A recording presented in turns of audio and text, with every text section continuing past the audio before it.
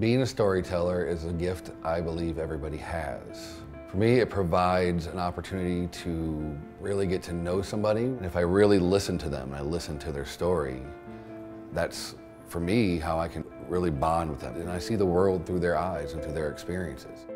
I'm Paul E. Hendricks. I am an author, a speaker, a storyteller. I'm a husband. I also rescue pit bulls. Really depends on what day you ask me that question. Every day it's different.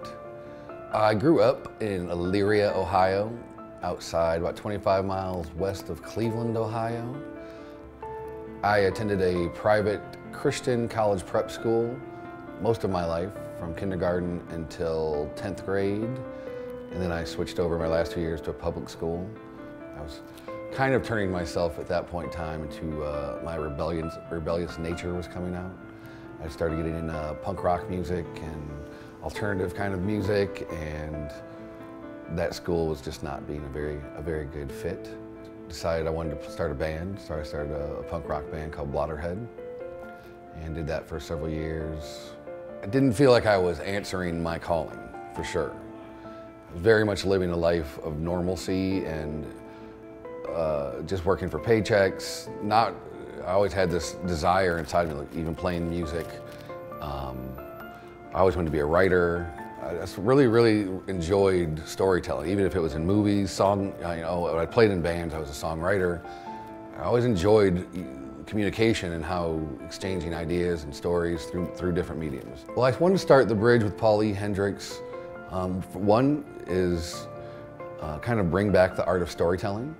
It's something that I really enjoy, so I wanted to bring that back to the forefront. If you look back upon our history, that's how our people that from our family, that's how we shared traditions and cultures and beliefs down through generations of family members. When I hear somebody else's story, generally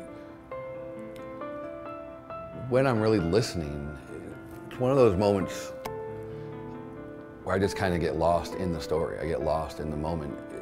For me, I know it's given me an opportunity to understand more about the human condition, realize that it doesn't matter who's telling the story, that if we really break ourselves down emotionally, we either feel good about something or we feel bad about something. So oftentimes, hearing somebody else's story, and if I just kind of allow myself to get lost to it, it's very good. When people are really good storytellers, you can tell because it's almost like they're speaking to your soul. And sometimes I can get emotional, get caught up in their emotions and feel their emotions. And for me, it's something that draws me closer to other people. Well, The Bridge with Paul E. Hendricks is going to be a television show, also online, on demand. And essentially what it puts together is it's going to feature the storyteller actually at a showcased event telling their story on stage to an audience. And it'll go back and forth between showing them on stage, telling their story, to a one-on-one conversation with me.